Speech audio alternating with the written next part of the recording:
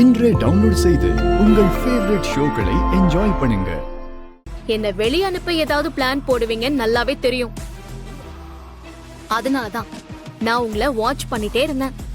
நான் நினைச்ச மாதிரியே இதோ இந்த விளக்கெண்ணெய் ரூம்குள்ள வந்து நகைய வைக்கும் போது நான், தமிழ், ஆதித்யா எல்லாரும் ஜன்னல் வழியா அந்த கூத்த பாத்துக்கிட்டே இருந்தோம். அப்பதான் நான் வேணும்னே தமிழையும் அனுப்புனேன்.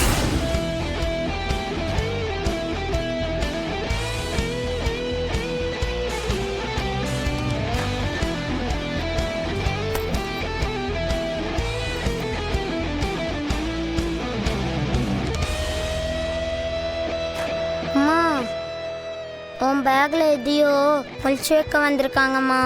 சீக்கிரமா வாமா, பிடிக்கலாம். இரு இரு. இல்ல ஆதித்யா, நாம அப்படிலாம் எதுவும் பண்ணக்கூடாது. இந்த விஷயத்த வேற மாதிரி டீல் பண்ணணும். தமிழ், இப்ப நீ உள்ள போ. அங்க போய் ஏதாவது ஒரு பொருளை தேடுற மாதிரி அப்படி இப்படின்னு கொஞ்சம் பாவனை காட்டிட்டு கொஞ்ச நேரத்துல வெளியில வந்துரு. போ போ.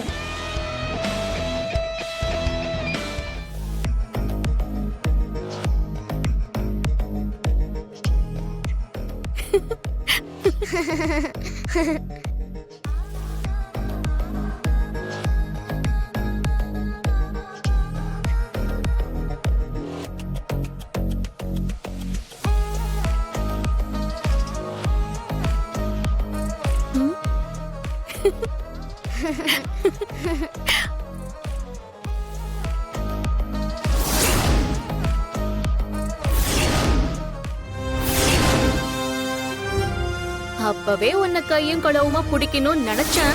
சரி, ஒரு ட்விஸ்ட் ஒண்ணு கொடுப்போம். நீ வச்சுட்டு போனதுக்கு அப்புறம் அந்த நகையை உன் பேக்லயே கொண்டு போய் வைக்கிறதுக்காக வெயிட் பண்ணிட்டு இருந்தேன். அதுக்கப்புறம் நீ என் பேக்ல வச்சிருந்த நகை எல்லாத்தையும் எடுத்து தவக்கலை கிட்ட கொடுத்து உன்னோட பேக்ல கொண்டு போய் வைக்க சொன்ன. எப்படி? தவக்கலையும் கரெக்டான டைம்காக வெயிட் பண்ணிட்டு இருந்தான். நீ, மித்ரா, ராஜேஸ்வரி மேடம் எல்லாரும் வந்து ஏன் ரூம்க்கு வந்து என்கிட்ட நகையை பத்தி கேட்டீங்க. அப்பதான் தவக்கல நந்தினியோட பேக்ல நகையை வச்சுட்டு போயிட்டான்.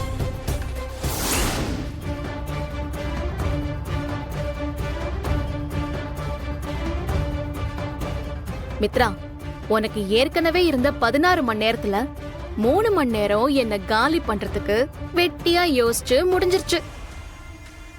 இப்போ 13 மணி நேரம் இருக்கு. அதாவது ஃபுல்லா ஹாஃப் டே இருக்கு. அதுக்குள்ள புதுசா என்ன பண்ணலான்னு யோசி. அப்படி இல்லன்னு வெச்சுக்கோ, அப்புறம் என்கிட்ட இருக்கிற ஆதாரத்தை உன் பாட்டி கிட்ட கொடுத்து அவங்கள வச்சே உன்னை இந்த மண்டபத்தை விட்டு ஓட விட்டுருவேன். பார்த்து சூதானமா இருந்துக்க. அப்புறம் இந்த நந்தினி மாதிரி ஆளுங்களெல்லாம் கூட வச்சுக்காத. வச்சுக்கிட்டனா இப்படிதான் மொக்க பிளானா வரும். வரட்டா?